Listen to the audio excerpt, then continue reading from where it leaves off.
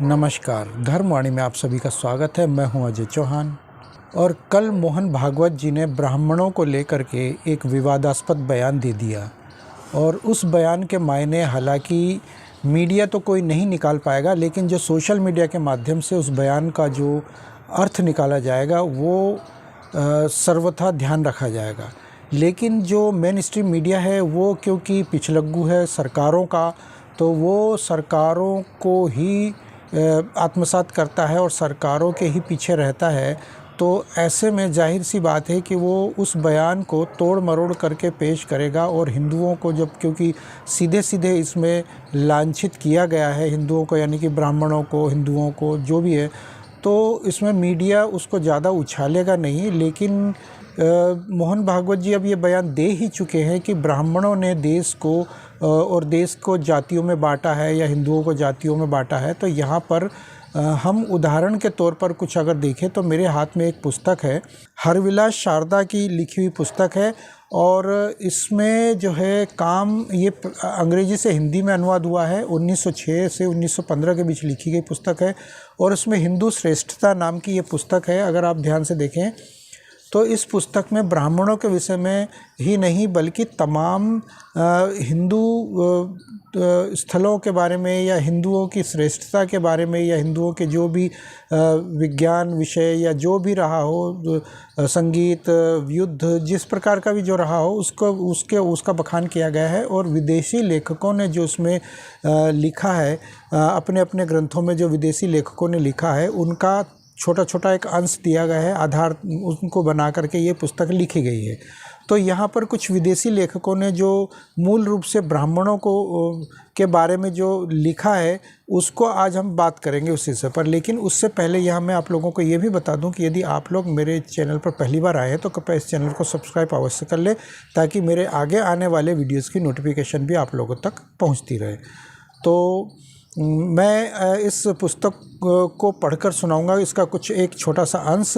और उससे पहले मैं यहाँ आप लोगों को ये भी बता दूं कि इस पुस्तक में सिर्फ़ और सिर्फ भारतीय लेखकों या भारतीय ग्रंथों की या भारतीय रचनाकारों की ही कृतियों का जिक्र नहीं किया गया है, बल्कि सबसे ज़्यादा जो है विदेशी लेखकों के बारे में जिक्र किया गया है। जो 800, 1000, 2000 साल पहले तक जो लेखक हुआ करते थे विदेशी, उन सब की पुस्तकों, प्रमुख पुस्तकों, चर्चित पुस्तकों में से छोटे छोटे अंश जो भारत भूमि को लेकर के, भारत की संस्कृति, सनातन संस्कृति, हिंदू धर्म, रीति रिवाज या यहाँ के जो अच्छी चीज़ें रही उनका यहाँ इसमें सार छोटे छोटे लिखे गए हैं। कुछ 100 शब्दों में, 1000 शब्दों में, 500 शब्दों में, इस प्रकार से छोटे छोटे कुछ अंश दिए गए हैं इस पुस्तक में।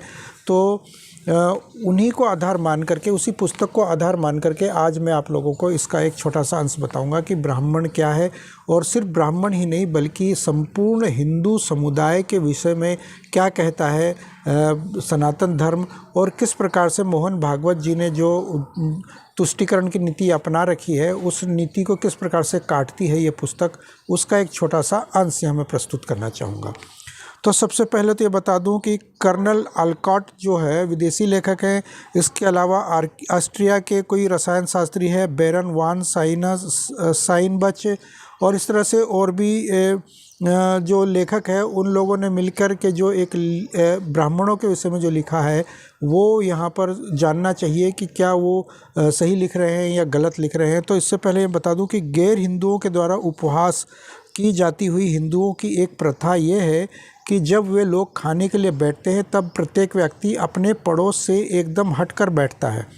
यानी कि जब हिंदू लोग जब भोजन के लिए बैठते हैं तो वो एकदम ऐसे सटे हुए नहीं बैठते हैं, दूर दूर बैठते हैं। जैसे आजकल तो रेस्टोरेंट में आप जाओ तो देखेंगे कि बिल्कुल पास पास बैठ जाते हैं और जगह नहीं होती है तो जहाँ 4 लोगों की टेबल होती है वहाँ 8 लोग बैठ जाते हैं, 7 लोग बैठ जाते हैं।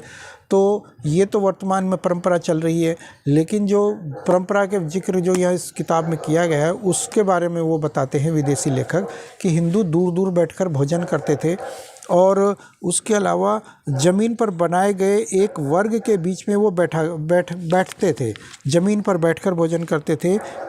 उसमें फिर उसके बाद फिर बाबा यानी कि दादा हो पिता, पुत्र, भाई, चाचा एक दूसरे को स्पर्श नहीं करते थे जब भोजन वे करते थे, इसलिए वे दूर दूर बैठते थे और इस सावधानी बरतते थे इस चीज़ के लिए। जैसे मानो वे विभिन्न जातियों के हो, यानी कि वे अलग अलग जातियों के हो या धर्मों के हो, इस प्रकार से वो बैठते थे, यानी कि एक दूसरे को बिना छुए हुए भोजन करते थे, दूर दूर बैठते थे। और यही तरीका वे पूजा पद्धति में भी अपनाते थे, शिक्षा ग्रहण करने में भी अपनाते थे, या अन्य रीति रिवाजों में भी वे इस प्रकार का से दूर दूर बैठ करके अपनाते थे ये सारा। और ये अनादिकाल से चला आ रहा था, यहाँ पर इन लेखकों का कहना है। और यदि मैं इस किसी ब्राह्मण की पीतल की थाली या उससे लोटा या खाने और पानी पीने के किसी पात्र को छूने की बात करूं, तो वह ब्राह्मण या उसकी जाति का कोई भी अन्य व्यक्ति उस पात्र को नहीं छुएगा। यानी कि ब्राह्मण ही खुद दूसरे ब्राह्मण की थाली को, पात्र को या भोजन को या किसी प्रकार का उसको जो परोसा हुआ होता था या जो भोजन कर रहा होता था उसको नहीं छूते थे। सिर्फ दूसरी जाति ही नहीं, ब्राह्मण भी एक दूसरे को नहीं छूते थे जब वे लोग भोजन करते थे। और उससे खाने या पीने की बात तो दूर है, जब उसे अग्नि में डालकर निकाला जाएगा, यानी यदि उसको छू लेता था कोई दूसरा ब्राह्मण तो उसको अग्नि में तपा करके फिर से, यानी गर्म करके, और उसको फिर से निकाला जाता था ताकि वो शुद्ध हो जाए। यानी एक ब्राह्मण दूसरे ब्राह्मण को भी छूना पसंद नहीं करते थे, वो इस तरह का एक सात्विक तरीका अपनाते थे। और वही धीरे धीरे उन लोगों ने जब देखा, विदेशियों ने, तो उसको मुग़ल जब आए तो उन्होंने इस परंपरा को देखा तो उन्होंने इसे एक जातिवाद में बांट दिया, यानी कि एक इसे बुराई के तौर पर अपनाना शुरू कर दिया, यानी इसको बुरा मानना शुरू कर दिया उन्होंने। और उसको धीरे धीरे उसको वो संविधान तक भी लेकर आ गए, और हमारे मलयाच्छों ने उसको संविधान में उसको अंगीकार कर दिया, और वहाँ से ये प्रथा को शुरू कर दिया, एक नए शब्द को गढ़ दिया, यानी कि छुआछूत की प्रथा को गढ़ दिया। जबकि ये था कि भोजन के लिए अब ये सब क्यों करते थे, यहाँ पर हम ये भी जिक्र करेंगे। तो यदि पात्र मिट्टी का था तो उसे तोड़ दिया जाता था। हर दिन पात्र तोड़े जाते थे, जो भोजन की थाली होती थी या जो पात्र पानी पीने का। आज भी हम देखते हैं कि जो कुल्हड़ की चाय होती है तो कुल्हड़ चाय वगैरह पी के, लस्सी पी करके आप शादी ब्याह में जब भी जाते हैं या ट्रेनों में मिलते हैं तो उसको फिर वो यूज़ करने के बाद उसको तोड़ के फेंक दिया जाता है। तो वही परंपरा वहाँ से चली आ रही, वही कुल्हड़ आज भी चला आ रहा है। तो अभी भी दक्षिण भारत में हम चले जाएं या गांव में, देहातों में अगर चले जाएं तो वो प्राकृतिक तौर पर भोजन परोसा जाता था, जैसे कि पत्तलों में, थालियों में पत्तल होते थे, दोने पत्तल होते थे। या अभी दिल्ली एनसीआर में आप चले जाओ तो छोले कुलचे जब खाए जाते हैं तो ज़्यादातर वो उसी पे देते हैं कि जो पत्ते होते हैं, पेड़ों के बड़े पत्ते होते हैं, उसको साफ़ करके उसको उसके ऊपर रखा जाता है। छोले कुलचे उस पर भी तो सड़कों पे जब खाए जाते हैं तो वो भी वही उसी प्रकार का होता है। या दक्षिण भारत में जाए तो केले के पत्ते पर परोसा जाता है भोजन और उसको उठाकर फिर डाला जाता है। तो आज भी अगर हम जैसे जैसे दक्षिण भारत की तरफ जाएंगे तो ये कल्चर आज भी जस का तस विद्यमान है खाने पीने की चीज़ों को लेकर के। तो यदि पात्र मिट्टी का होता था तो उसे तोड़ा जाता था। एक दूसरे को स्पर्श से बचने में अपमान या निरादर की कोई भावना नहीं होती थी, यानी कि इस प्रकार से जो दूर बैठकर भोजन किया जाता था इसको कोई निरादर की भावना नहीं माना जाता था। एक दूसरे के स्पर्श से बचने का था। तो मैं इसका स्पष्टीकरण देता हूँ कि पारिवारिक संबंधों के सारे विचारों से अलग भी प्रत्येक ब्राह्मण में आत्मिक शक्ति का व्यक्तिगत विकास माना जाता था। तो यदि कोई व्यक्ति दूसरे को उस विशिष्ट समय पर स्पष्ट कर लेता था जब महत्वपूर्ण शक्ति पाचन क्रिया में क्रियान्वित रूप से केंद्रित थी, यानी व्यक्तिगत रूप से जब वो भोजन कर रहा है तो उसकी पाचन क्रिया पर वो विशेष ध्यान दे रहा है, और यदि वो अपने भोजन को सही तरीके से कर रहा है, खा रहा है और पाचन क्रिया को विशिष्ट प्रकार से वो अपना रहा है, और इस समय उसमें अगर कोई बाधा डालता था तो वो एक अपमान माना जाता था, और वो इसलिए उसको वहाँ दूरी बना कर रखी जाती थी। तो यदि कोई व्यक्ति दूसरे को उस विशिष्ट समय पर स्पर्श कर लेता था जब महत्वपूर्ण शक्ति पाचन क्रिया में क्रियान्वित रूप से केंद्रित थी, तो उस शक्ति को निकाला जाना पड़ता था। जैसे विद्युत से आवेशित शीशे के पात्र को हाथ से छू देने पर वह अनावेशित हो जाती थी। तो पुराने समय का ब्राह्मण दीक्षित था और उसकी विकसित आत्मिक शक्ति अग्निहोत्र और अन्य अनुष्ठानों में लगती थी। और क्योंकि प्राचीन समय का जो ब्राह्मण होता था वो अनुष्ठान वगैरह अत्यधिक करता था और अपनी शक्ति को वो एकत्रित करता रहता था और अपनी शक्ति को समाहित करता रहता था। तो उसकी शक्ति जब एकत्रित होती थी तो उसका वो इस्तेमाल करता था आध्यात्मिक तौर पर। तो वहाँ पर वो होता था कि यदि कोई उसे छू लेता था तो उसकी शक्ति उसमें क्षीण होती थी, यानी कि वो दूसरे में वो शक्ति थोड़ी उसका अंश प्रवेश होता रहता था। तो आज भी अगर हम देखें कि जो कावड़ यात्रा से जो लोग आते हैं, वो यही कहते हैं कि जो हम कावड़ यात्रा लेकर आ रहे हैं तो एक आम मनुष्य है जो कावड़ नहीं ला रहा है या जो उनकी सेवा कर रहा है वो भी व्यक्ति उनको छूने से बचता है, यानी कि उनको छुए ना, दूर रहे वो, और इसीलिए उनसे दूरी बनाई जाती थी। तो जो इस तरह के कर्मकांड करते हैं, धार्मिक प्रक्रिया को जो अपनाते हैं जो लोग, वो एक विशेष एक पारिवारिक नहीं रहता उस समय, और वो अन्य लोगों से, पारिवारिक लोगों से दूरी बनाकर रखता है ताकि उसकी जो शक्ति है, जो शक्ति वो एकत्रित कर रहा है अपने शरीर में, संचार कर रहा है शक्ति का, या मानसिक तौर पर, आध्यात्मिक तौर पर, तो वो उसको वो अपने अंदर जमा करने का प्रयास करता था। तो उससे वो दूरी बनाई रखी जाती थी लोगों को। यही आधार ब्राह्मण भी करते थे, यही अपनाते थे ब्राह्मण।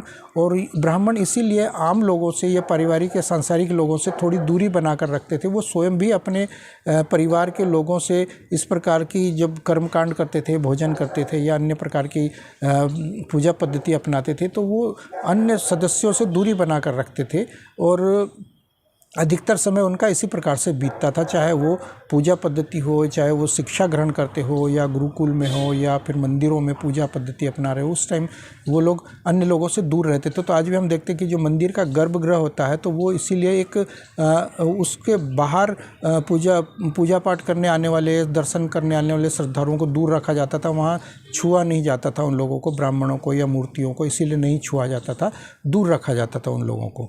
तो यही वो तरीका था। तो इसके अलावा अगर हम देखें तो पुराने समय का ब्राह्मण चितित था, और तो ब्राह्मण के खाने या पीने के पात्रों को या चटाई या कपड़ों को न्यून आत्मिक विकास वाले दूसरी जाति के व्यक्तियों के द्वारा छूना या ऐसे व्यक्ति के द्वारा यज्ञ स्थल से निर्धारित दूरी तक निर्दिष्ट भूमि पर पैर रखना आदि उदाहरण इस शक्ति का प्रभाव डालते हैं, इस शक्ति पर प्रभाव डालते हैं। यानी कि इसीलिए यज्ञ हवन वो होते थे।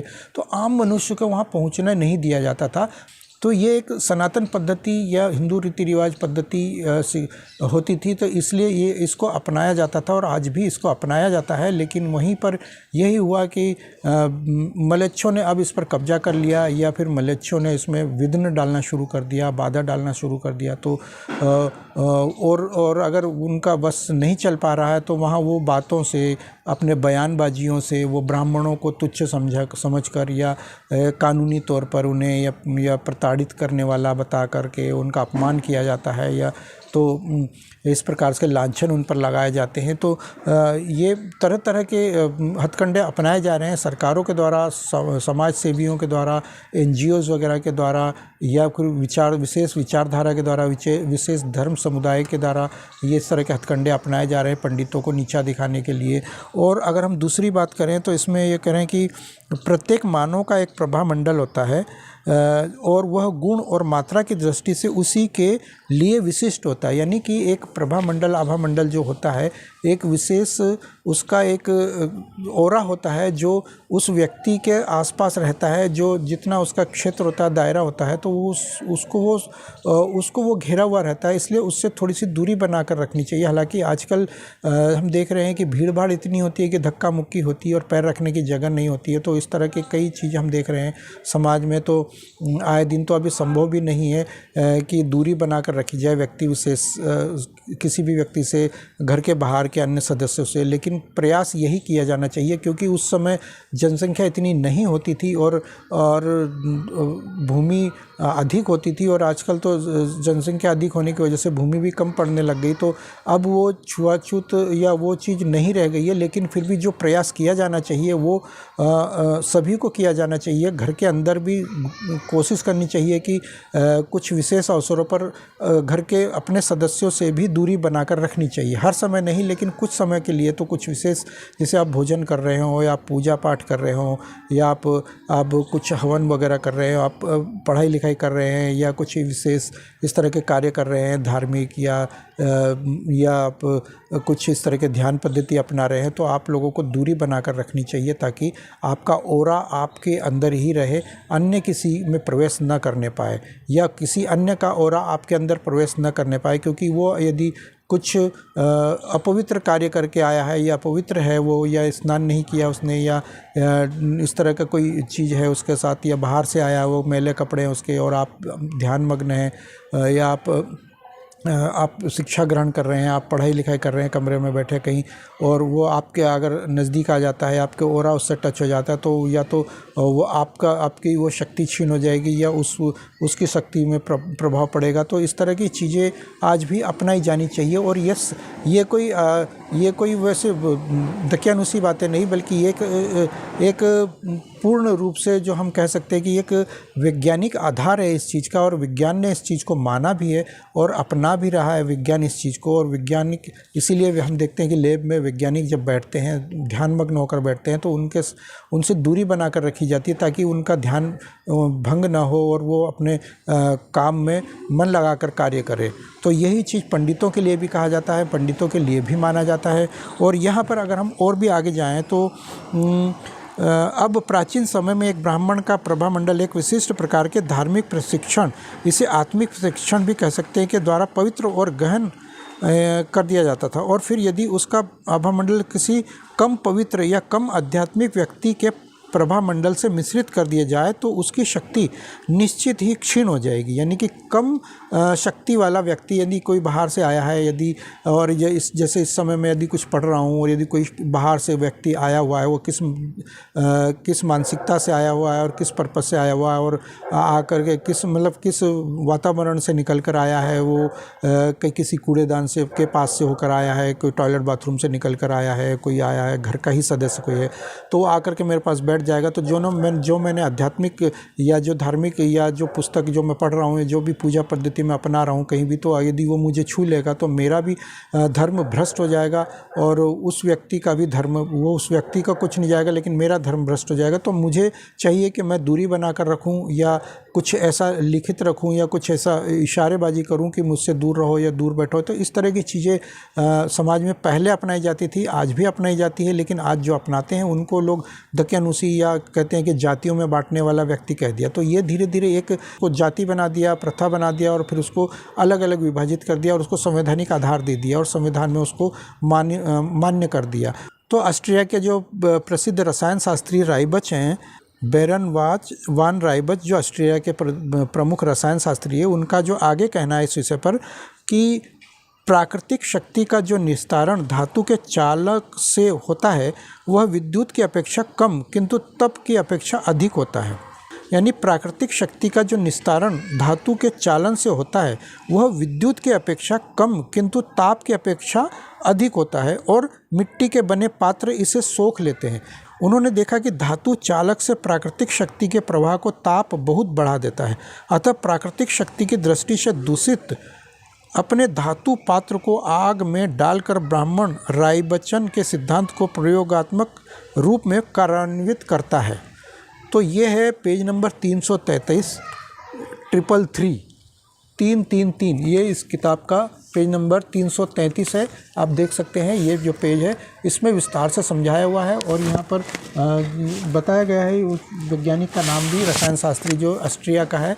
तो उन्होंने खुद इस विषय पर रिसर्च वगैरह की है और उन्होंने अपनी रिसर्च वगैरह में जो लिखे हैं उनके सार है इसी प्रकार के, और भी इस पुस्तक में भरे पड़े हैं इसी प्रकार से, जो हिंदुत्व को श्रेष्ठ सम्मान बताने के लिए है। और इस किताब को पढ़ना चाहिए हर एक व्यक्ति ने, और इसका मैं बाकी रिव्यू भी करूँगा। और भी मेरे पास पुस्तकें हैं जिनको मैं इस पुस्तक को पढ़ ही रहा हूँ। और ये है मोहन भागवत जी के उस बयान का सार, जो वो कहना चाहते हैं कि वो मूल रूप से वो यही कहना चाहते हैं, अगर हम देखें तो, और आप हिंदुत्व को त्याग दीजिए या हिंदुत्व से किनारा कर लीजिए, यही उनका एकमात्र जो है सोचने का या समझाने का या कहने का माध्यम बनता है, या हम यूँ कह सकते हैं कि वो यही कहना चाहते हैं। और वे सबको म्लेच्छ बनाना चाहते हैं हिंदू धर्म को। और दत्तात्रेय होसबोले जी के भी बयान जो जयपुर में उन्होंने दिया था, कल आज और कल करके जो प्रोग्राम हुआ था जयपुर में, उसको लेकर भी यहाँ मैं यही कहूँगा कि उन्होंने भी अपनी एक मानसिकता अपना रखी है पूरे संघ ने कि वे किसी भी प्रकार से हिंदुओं को क्षीण करना चाहते हैं। तो इस संपूर्ण संघ परिवार अब ये इसी उम्मीद से लगा हुआ है कि हिंदुओं को किसी भी तरह से कन्वर्ट करवा दिया जाए अन्य धर्मों में, या सबको एक ही धर्म में लपेट लिया जाए। तो ये थे मेरे आज के विचार। यदि आप लोग मेरे इन विचारों से सहमत हो तो कृपया कमेंट बॉक्स में अपने विचार हमें ज़रूर बताएं और जाने से पहले वीडियो को लाइक भी करते जाएं। और यदि आप मेरे इस चैनल पर पहली बार आए हैं तो कृपया इस चैनल को सब्सक्राइब करके पास में बने बेल आइकन को भी दबा दें ताकि मेरे आगे आने वाले वीडियोज़ की नोटिफिकेशन आप लोगों तक पहुँचती रहे। तो मिलते हैं अगले वीडियो में, तब तक के लिए जय श्री राम।